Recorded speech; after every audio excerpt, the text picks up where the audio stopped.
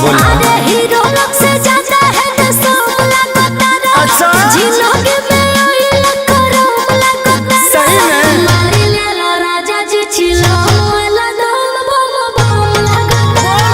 नाचो ताली छोड़ी अकेला जैसे दम बम बम लगता।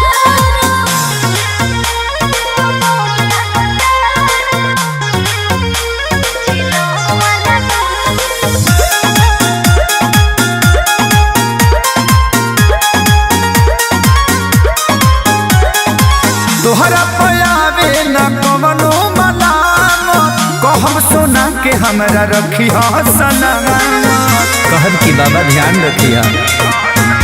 आरो जुगे जुगे जियो जियो तरह धान हो। निके निके टोली हो भोला के दर्शन हो।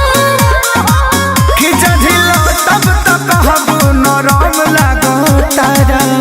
ना हो आरो हीरो लोग से ज्यादा है सोमला कोतारा। सच कहता ने नंबर 1 लागो तारा। मार ले लो राजा जे छिलो वाला दम बम बम लागो। नाचो तुनी छोड़ी के लाज सरो बम बम लागो। हिलता हिलता कमर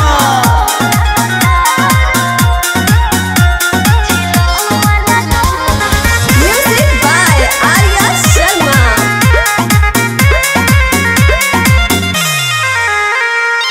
साड़ी चाही कि शंखा पोलाल प्यारी जाता रे संगे हमरा अखिलेश के सवारी जल्दी से बोल दा। बतावा तनु जी। अरे हरियर चूड़िया ले आई हो हाथ भर के। पहिर देखाई गो राजा जे जाओ घर के। भूली हमार जदि भूलब त कहबू खत्म लागो तारा।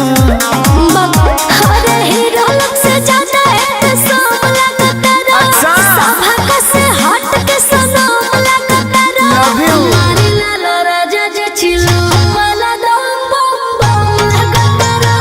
नाचा ताली छोड़ी अकेला जैसे दम बम बम लगतारा। थैंक यू जानू। अच्छे से जाइएगा।